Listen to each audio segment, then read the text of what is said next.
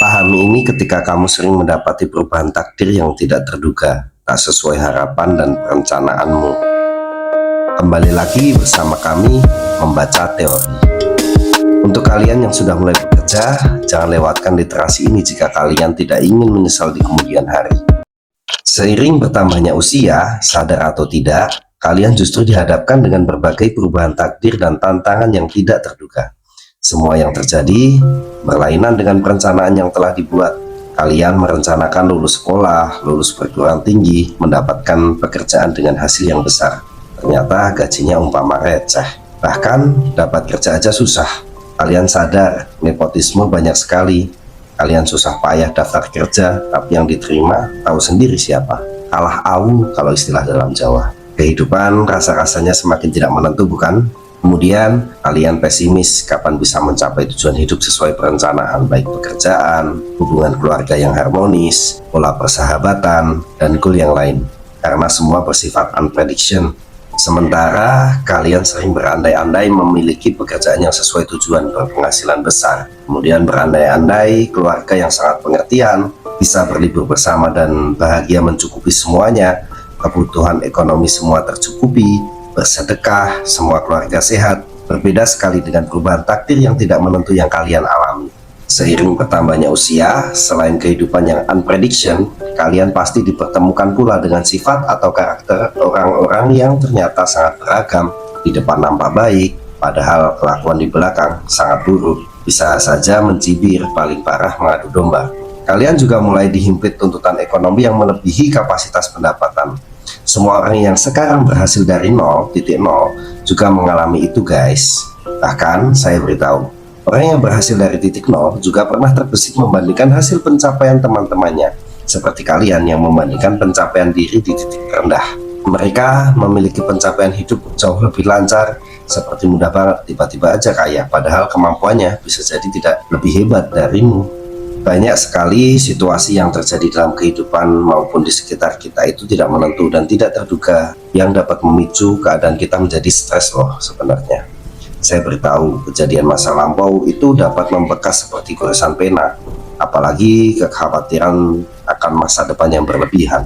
Sebenarnya, ketika seseorang merasa tak berguna sama sekali dan tidak bisa apa-apa, itu justru tingkat tertinggi ilmu pengetahuan manusia. Dalam filsafat ilmu, ada 3 tahapan orang yang berilmu. Yang pertama, ia merasa tahu segalanya. Itu sebenarnya ilmunya dangkal. Kemudian, ia bingung. Itu sebenarnya ilmunya juga sudah mulai banyak. Yang terakhir, yang paling tinggi, ia tidak bisa apa-apa.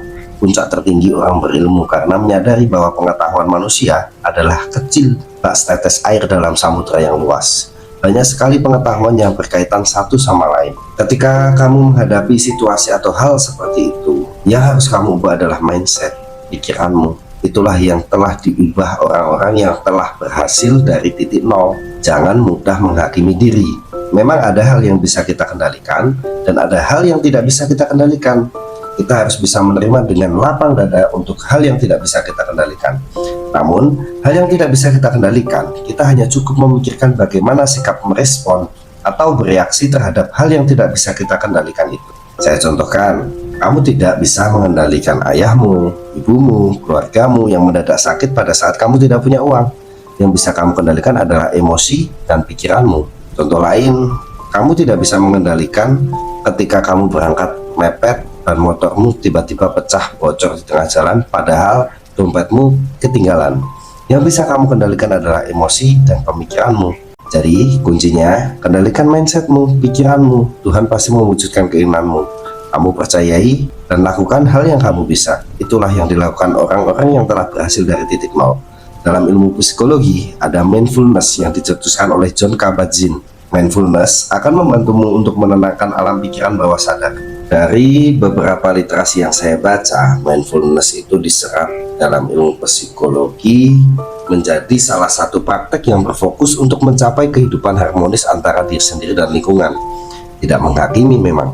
Kesadaran penuh atau yang disebut dengan mindfulness bisa melatih kita untuk kembali ke titik rileks dan tenang sehingga dapat mengambil keputusan yang positif dan bertanggung jawab. Kesadaran penuh bukan merupakan sifat alami, tapi mindfulness atau kesadaran penuh bisa dilatih untuk dapat memilikinya.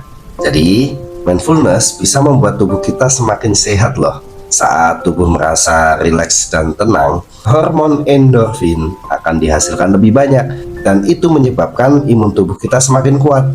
Bukan hanya itu saja, tekanan darah menjadi normal yang membuat jantung kita lebih sehat. Berbeda dengan ketika pemikiranmu kalut-malut, keruh, tak menentu, mengakibatkan emosionalmu juga bergejolak. Lama-kelamaan, dadamu bisa nyeri dan sesak memikirkan hal-hal yang tidak menentu yang tidak bisa kamu kendalikan. Sekarang, coba saya hubungkan dengan sudut pandang yang lain karena semua aspek di dunia ini berkaitan satu sama lain.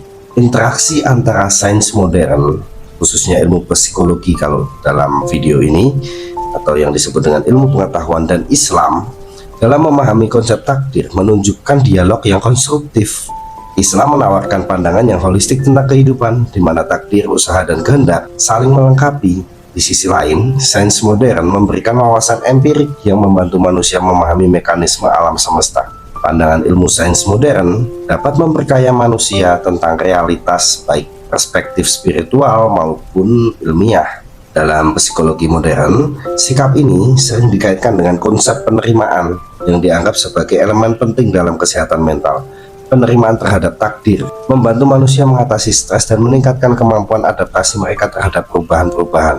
Kamu bisa bertanya, sifat alamiah kan sudah bawaan, apakah bisa diubah? Pertanyaan itu sering saya dengar.